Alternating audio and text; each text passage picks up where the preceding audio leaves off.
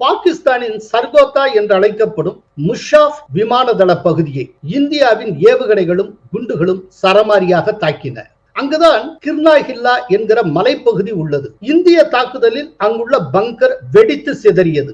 அதனை தாக்கிய இந்திய ஏவுகணை இன்னும் சில மீட்டர் ஆழமாக அந்த மலைப்பகுதியை துளைத்து சென்று உட்புறத்திலும் வெடிப்பை நிகழ்த்தியது. அந்த பகுதி மீது ஒரே நேரத்தில் அடுத்தடுத்து 2 தாக்குதல்களை இந்தியா நடத்தியது. கிர்னாஹில்லா மலைப்பகுதியில் தான் பாகிஸ்தானின் அணு ஆயுதங்கள் ஒளித்து வைக்கப்பட்டுள்ளன. அணு ஆயுதத்தின் மீதே இந்தியா கை வைக்க தொடங்கியதும் பாகிஸ்தான் பதறி போனது. அமெரிக்கா மூலம் நம்மிடம் பேச்சுவார்த்தை நடத்தி போர் நிறுத்தம் கொண்டு வர துடித்தது பாகிஸ்தான்.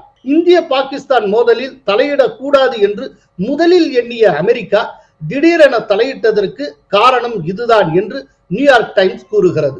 பாகிஸ்தானின் அணு ஆயுத கட்டமைப்பின் மீது இந்தியா தாக்குதல் நடத்த போகிறது என்று உளவு தகவல் கிடைத்தவுடன் மோடியுடன் ஜேடி வான்ஸ் பேசத் தொடங்கினார் என்கிறது CNN தொலைக்காட்சி. ராவல்பிண்டிக்கு திடீரென வந்த எகிப்து நாட்டின் EGY-1916 எனும் விமானம் அணுக்கதிர் வீச்சையும் கசிவையும் தடுக்கும் தன்மை கொண்ட போரான் எனும் தனிமங்களை பெட்டி பெட்டியாக கொண்டு வந்ததாகவும், போரான் தனிமங்கள் நைல் நதி படுகையில் அபரிமிதமாக கிடைக்கும் என்றும் நேபாள் கரஸ்பாண்டன்ஸ் தெரிவிக்கிறது. பாகிஸ்தானின் அணு ஆயுத அமைப்பில் ஏற்பட்டிருக்கும் சேதத்தை மதிப்பீடு செய்ய ராவல்பிண்டிக்கு அமெரிக்க அணு விஞ்ஞானிகள் சிலர் வந்தனர் என்றும் நேபாள் கரஸ்பாண்டன்ஸ் தெரிவிக்கிறது. ட்ரம்ப் வெளியிட்டுள்ள பதிவை பாருங்கள். அதில் ஓரிடத்தில் லட்சோப லட்சம் அப்பாவி மக்கள் உயிரிழந்திருப்பர் என்று கூறியிருப்பார். இவ்வாறு சொல்ல காரணம் என்ன? பாகிஸ்தானின் ரகசிய அணு ஆயுத கிடங்கின் மீதே இந்தியா கை வைத்ததால் தான்.